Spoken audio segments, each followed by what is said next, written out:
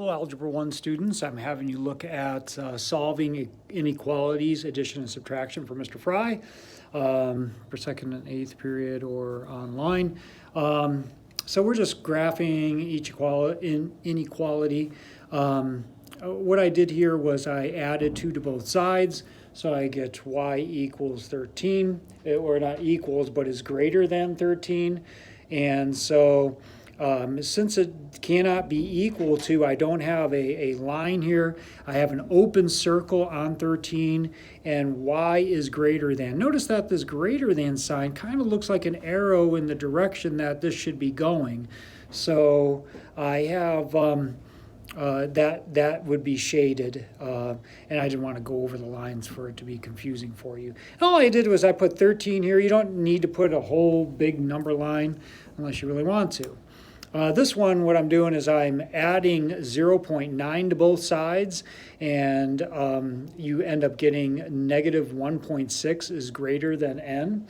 And so I don't like the way that this looks. I think it's easier if you are just beginning with this stuff to put the variable on the left. So I then just flipped it. Notice that, everything's the same. It's just written backwards.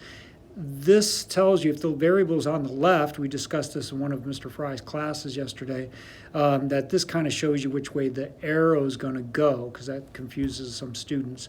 It's an open circle because of there is no equal sign there.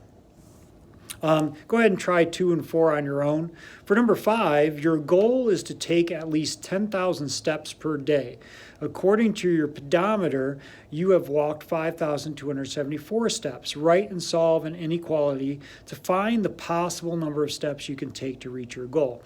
So the amount of steps you already took plus a variable here, you're not sure how many, is going to be greater than or equal to. It's going to be at least that 10,000, in other words. So what I do is I just solve for n. So I subtract 5,274 from both sides, just like you would normally do in an equation.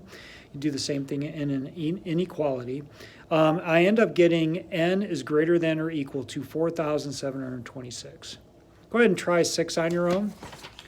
For number 7, they have you stating the addition property of equality and the subtraction property of equality. Well, the addition property of equality is if A equals B, then A plus C equals B plus C. The subtraction property of equality, if A equals B, then A minus C would equal B minus C. That would be the subtraction property. Number 8.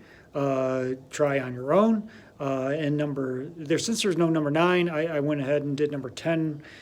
This didn't show up in his printout, and so you onliners, there needs to be an A squared plus B squared equals C squared. That's a right triangle, and acute triangle would be the A squared plus the B squared is going to be greater than the C squared, and the obtuse triangle is going to be A squared plus B squared is less than C squared.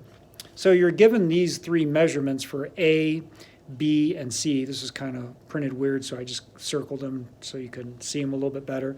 And here I have my A squared plus my B squared, and I work this out, and it became 41.